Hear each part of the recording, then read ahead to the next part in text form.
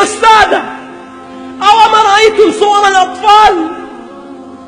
أوما رأيتم تلك المقاطع التي والله يقشعر لها البدن ويتقطع لها القلب من كمد؟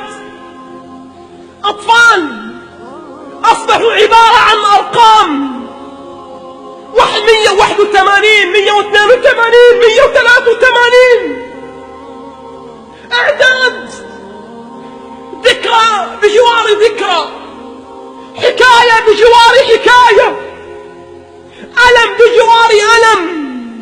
تنظر إلى الأطفال 250 بجوار 251، حتى أطفالنا أغلى ما نملك صاروا عبارة عن أرقام، صاروا عبارة عن حكايات. ضاعت شامنا وضاعت يمننا وبغدادنا وقدسنا في الأسر، وهكذا نحن، هكذا نحن كالنساء لا نملك إلا خطبا وعويلا. أبيدت حلب عن بكرة أبيها، لا نملك إلا الخطب والعويل مثل النساء. حتى طبيب الأطفال قتلوه، حتى طبيب الأطفال الذي كان يداوي ما تبقى من الأطفال الجرحى قتلوه. فمن يداوي جراحنا؟ فمن يداوي آلامنا؟ فمن يداوي أوجاعنا؟ عذرا حلب، فسيوف القوم من خشب.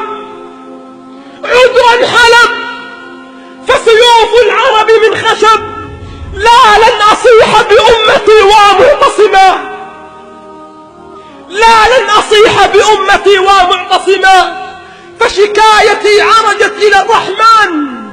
يا شام حسبك ما رواه نبينا، أنت الملاذ في آخر الزمان. هنا حلب أيها السادة، وكأن لسان حال هؤلاء الأطفال. ماذا جنيت؟ ماذا جنيت غير أنني أحمل اللعب؟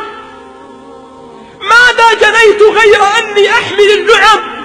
وذنبي أنني من نسل الطفولة من حلب.